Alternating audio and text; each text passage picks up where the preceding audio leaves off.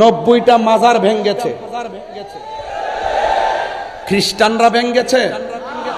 এই কথা বলেন, খ্রিস্টান ভেঙ্গেছে? ইহুদিরা ভেঙ্গেছে? হিন্দুরা ভেঙ্গেছে? কারা ভেঙ্গেছে জবাব দেন? কারা ভেঙ্গেছে জবাব দেন? কেন ভাঙলেন আপনি? আপনার ভালো না লাগলে আপনি না যাবেন। কথা বলেন, ঠিক কিনা বলেন? আপনার ভালো না লাগলে আপনি না যাবেন। যেহেতু এই দেশের মধ্যে ইসলাম আনছেন আল্লাহর ওলিগণ, সেই আল্লাহর ওলিদের মাজার আমরা জিয়ারত করতে যাই। জিয়ারত করা সুন্নত রাসূল, আমরা জিয়ারত করি। নবী জিয়ারতের কথা বলেছেন, আমরা বলি আল্লাহর উসিলা করে আল্লাহর কাছে বলি। এটা কোনো দলিলের বাইরে নয়।